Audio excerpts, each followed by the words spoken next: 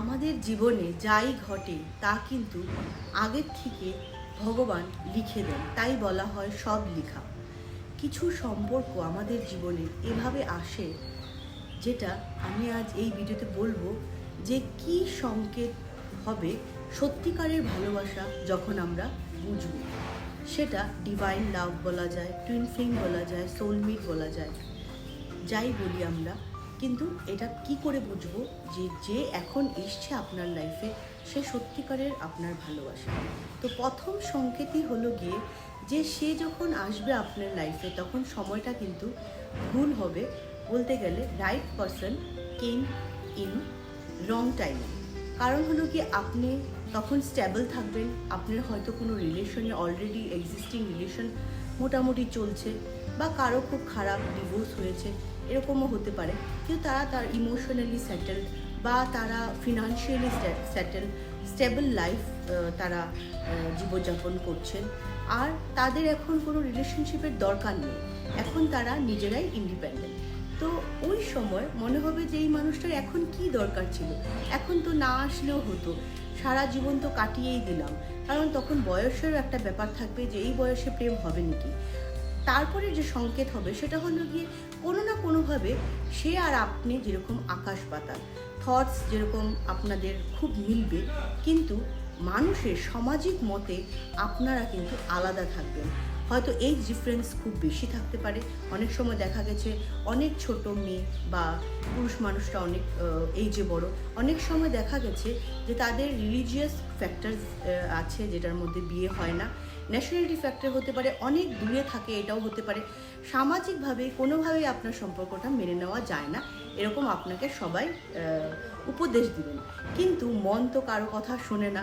যতই ভুল হোক, যতই লস হয়ে যাও, আমরা কিন্তু ভালোবাসা কিন্তু আমরা মন দিয়ে করি, আমরা কিন্তু মাইন্ড দিয়ে করি না। তো ওই জন্য ওই মানুষকে আপনার যেরকম বুঝবে আপনাকে, আপনিও যেরকম বুঝবে, এরকম হয়তো সারা জীবনে আপনাকে কেউ এরকম না বুঝেছে, না ভালোবাসতে পেরেছে।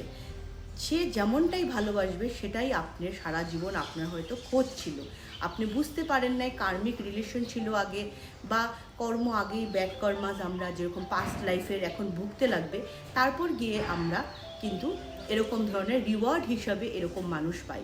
এরা কিন্তু ব্লেসিং থাকে, আমাদের জীবনে কিছু সোল পারপাস থাকে, সেটা ফুলফিল করার জন্য তারা আসে। হ্যাঁ, এখন কথা হলো গিয়ে তাদের সাথে কি আমাদের মিলন হবে, সেটা কি বিয়েতে পরিণত হবে, সেটা নাও হতে পারে, হতেও পারে। এটাও ভগবানেরই ইচ্ছে। আর আমাদের কতটা আমরা হিল করতে পেরেছি বা কতটা আমরা বুঝতে পারছি সম্পর্কটাকে, সেটার উপর নির্ভর করে।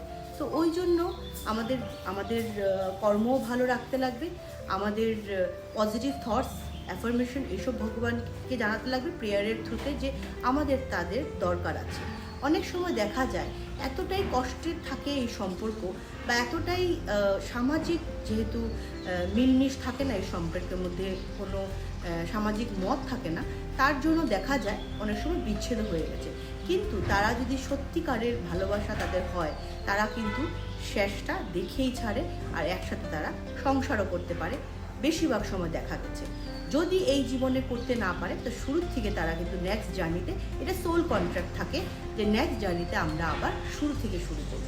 তো এমনই হয় সোল জার্নিজের মধ্যে আমাদের সোল পারপাস। আর যাদের এরকম রিলেশনে তাদের মিলন হয় না, যেহেতু অনেকটাই ডিফারেন্সেস থাকে, তখন দেখা যায় যে তারা এরকম একটা পারপাস সামাজিক কাজে, সেটা কুকুর বেড়ালের শেল্টারও হতে পারে, বা গরিবদের খাওয়ানো থেকে আরম্ভ করে তাদের জন্য এনজিওস ক্রিয়েট করা, এইসব ভালো ভালো কাজে কিন্তু এইসব মানুষরা যুক্ত হয়ে যায়। আর তাদের এটা লাইফ পারপাস থাকে, কারণ তারা অনেকটাই কষ্টও কিন্তু এই সময় পায়। এই জন্য যেই মানুষটা এসছে সে কিন্তু কষ্ট দেওয়ার জন্য আসে নাই, পরিস্থিতিতে কষ্ট হচ্ছে, তো তাকে মাফ করে দেওয়া বা তাকে খারাপ না চাওয়া, সেটাই কিন্তু সত্যিকারের ভালোবাসার প্রথম লক্ষণ। কারণ সে কিন্তু আপনাকে দুঃখ দিতে আসে নাই, এটা সোল কন্ট্রাক্ট আগের থেকেই ছিল, পাস্ট লাইফে এটা হয়েছে। আমাদেরকে যারাই আমাদের সাথে বিট্রায়াল করে, খারাপ করে, যাই করে, সব কিন্তু আমরা আগে থেকে লিখে আনি, যেহেতু আমি আগেই বলেছি সব লেখা। তো এই জন্য এই লাইফেও এরা কিন্তু আমাদের কিছু শেখাবার জন্য এসছে। তো আমরা যেহেতু শিখবো আর আগে বেরিয়ে যাব।